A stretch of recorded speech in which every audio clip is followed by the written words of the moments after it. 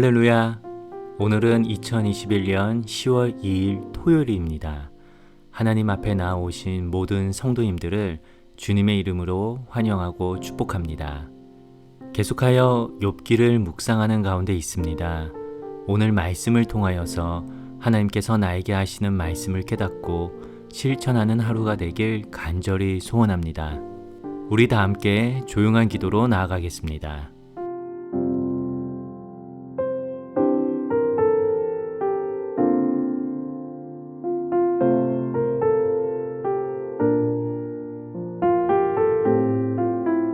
아멘. 오늘 우리에게 주시는 말씀 욥기 1장 6절에서 12절 말씀을 다 함께 보시겠습니다. 하루는 하나님의 아들들이 와서 여호와 앞에 섰고 사탄도 그들 가운데 온지라.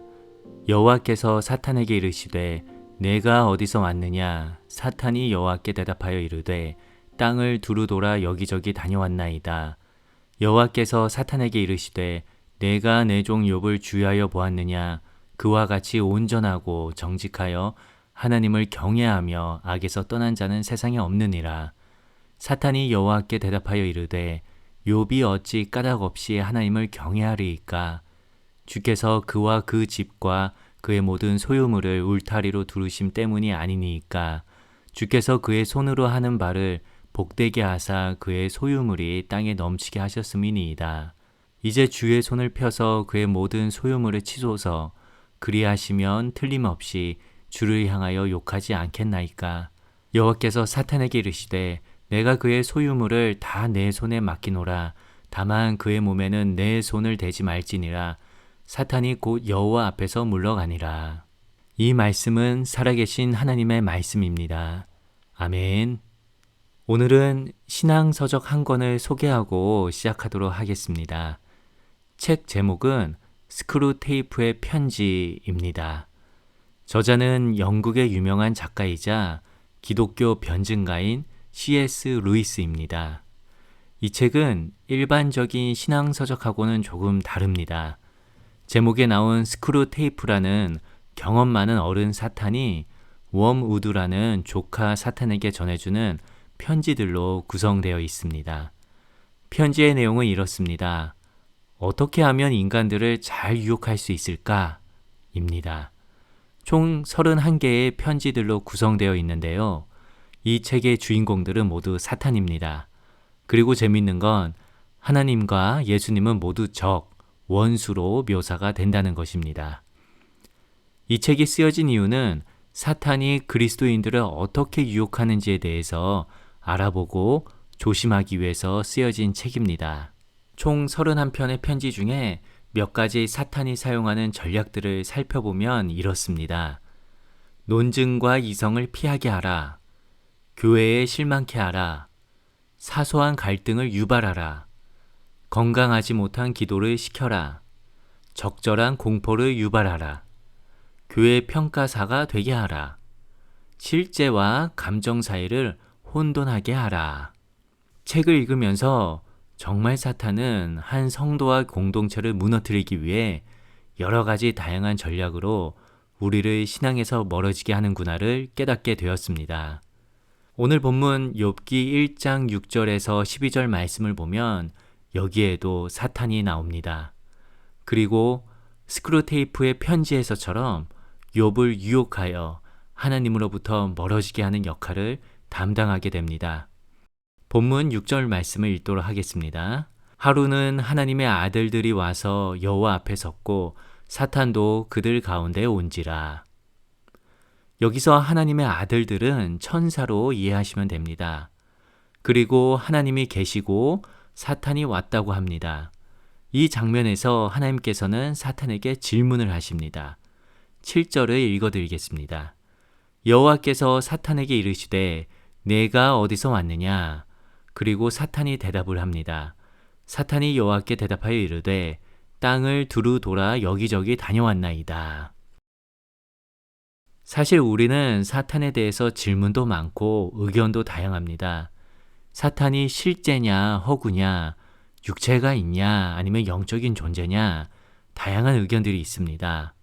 여러 가지 궁금한 것들이 많이 있지만 이 시간에 모든 것을 다 다룰 수는 없기에 다음에 기회가 된다면 사탄에 대해서도 조금 더 구체적으로 다루도록 하겠습니다. 그런데 오늘 본문에서도 우리는 의문이 듭니다.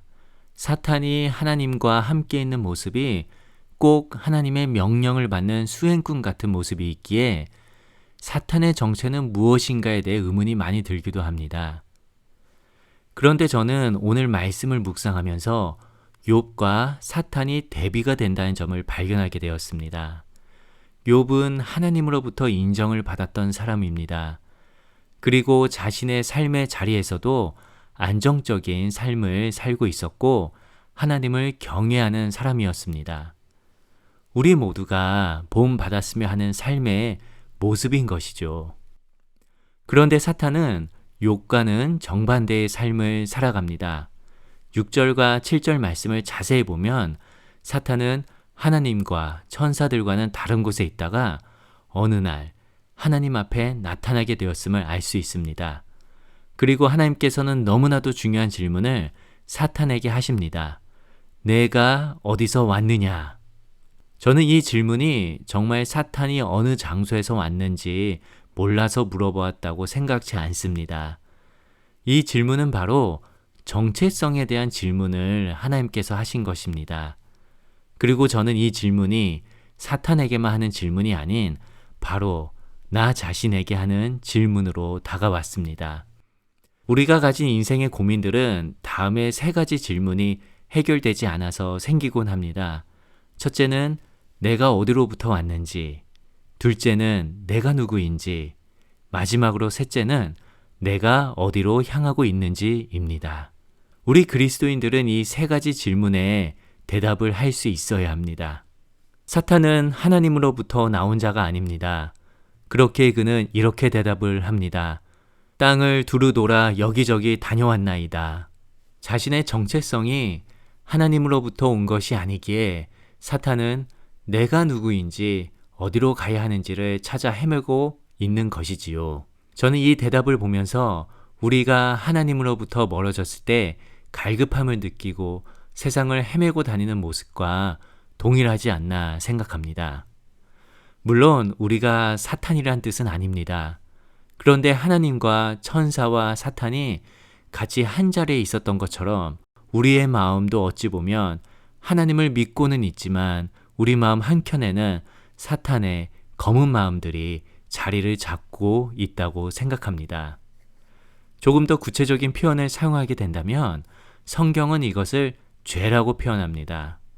우리는 예수님을 믿음으로 말미암아 의인이라 여김을 받았지만 여전히 우리 안에는 죄가 자리를 잡고 있는 것과 마찬가지이지요.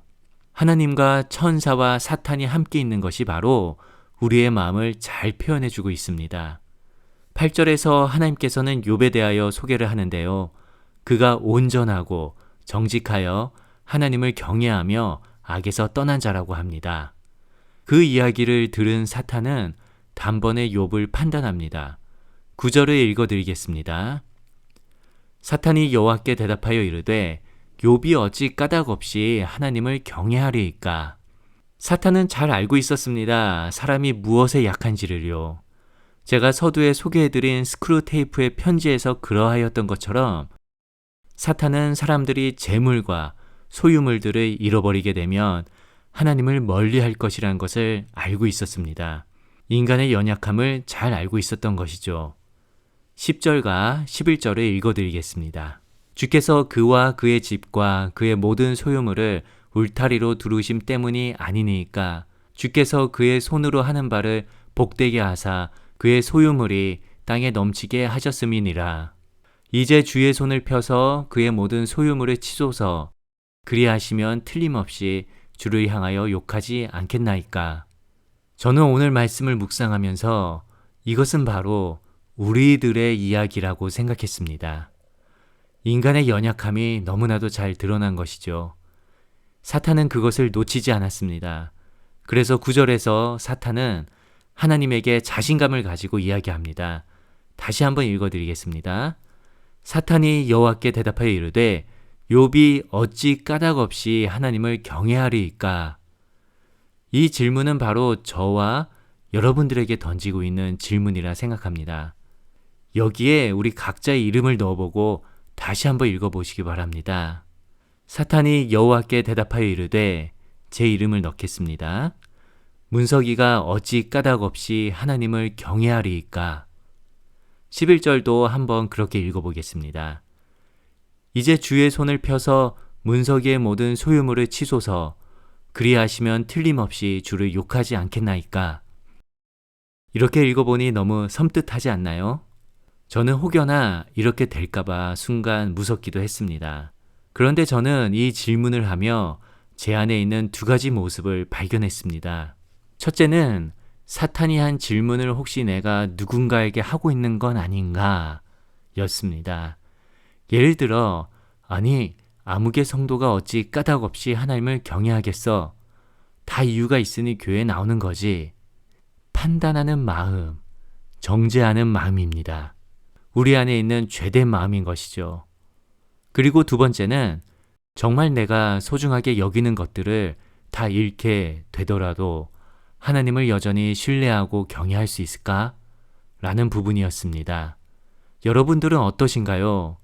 이 두 질문에 어떻게 대답하실 수 있으신가요? 어떤 분들은 당장 답을 하실 수 있으시겠지만 그렇지 않은 분들도 있으실 겁니다. 욥기가 이제 시작되었습니다.